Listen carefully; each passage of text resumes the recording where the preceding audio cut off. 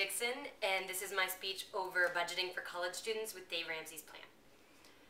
Who doesn't want to go down to Ernie Biggs on a Thirsty Thursday?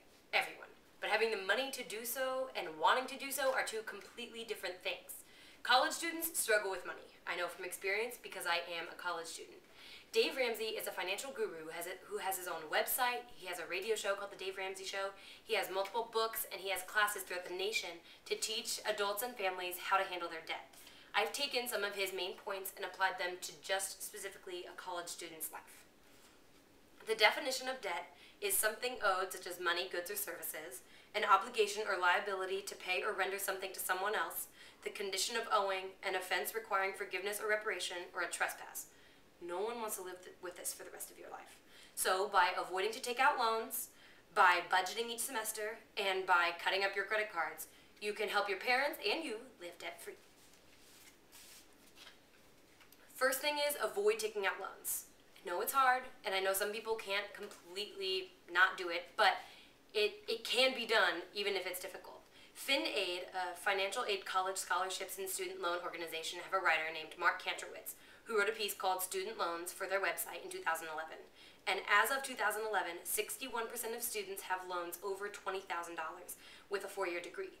This isn't counting loans pulled out by the parents, and the percent of students borrowing at private and public schools combined is 65.2%. The average debt of this 65% at the end of a bachelor's degree is around $23,118. The Federal Trade Commission, from the government website, tells us about consumer loans and interest and how those are actually what bury the students after they're out of school. USA Today's reporter Sandra Block wrote an article called Students Suffocate Under Tens of Thousands of Loans in 2006.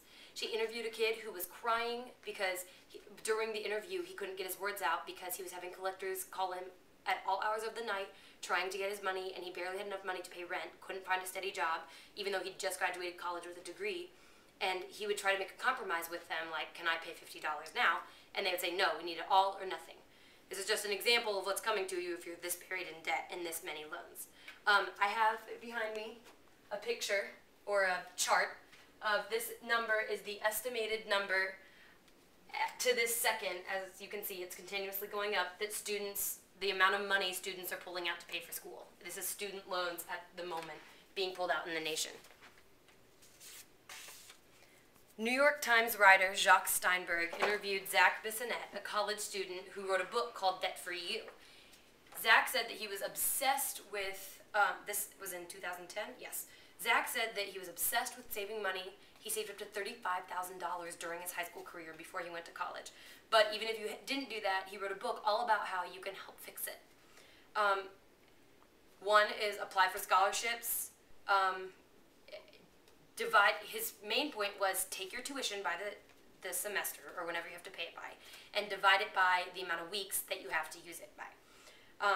For Missouri State students like us, the average, according to the Missouri State website, is $14,080 for our tuition. If you divide that by a 15-week semester, it's around $900 a week. So, though it sounds like a lot, it is possible to come up with $900 a week to pay for your tuition without pulling out loans. And this can be cut down further by budgeting your semester. This is the big one, budgeting. If you budget each semester, you'll see how much money you're supposed to spend versus how much money you're actually spending.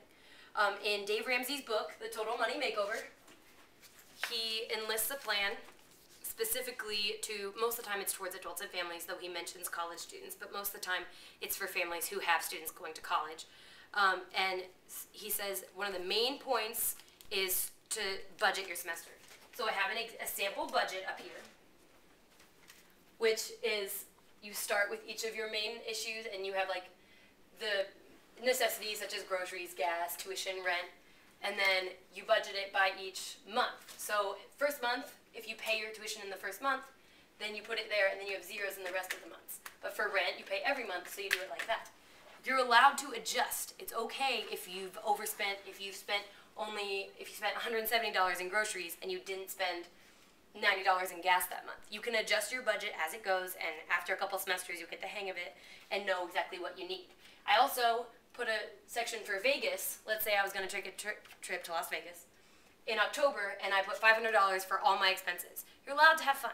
You can budget for an entertainment section so that you're allowed to have a good time, and as long as you have money for it set aside. Dave Ramsey's main phrase is live like no one else now, so later you can live like no one else.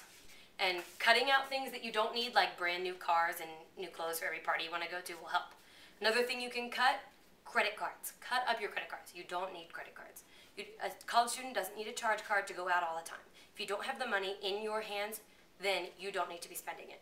In the Total Money Makeover, Dave reveals that 80% of graduating college seniors have credit card debt, and 60% of people don't pay off their credit card debt at the end of the month. There's testimonies in this book of people who have been monitored by the IRS because their credit card charges have gotten so out of control. Debit cards are all right because it doesn't overdraw your account. If you have the money, then you can spend it. Money Watch's Dan Cadleck wrote a piece entitled Abusing Student Loans and 11 Other College Money Mistakes in March 2011.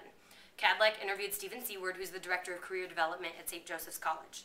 He said, running up a credit card debt is the most expensive borrowing you can own. Not only does it hinder your ability to have an adult freedom, have a real college life, it can hinder your romantic life. Not only, boys, can your credit card get declined when you're buying your date a dinner, but also, when students were polled, the majority of them said they would not date someone who had a significant amount of debt in their name.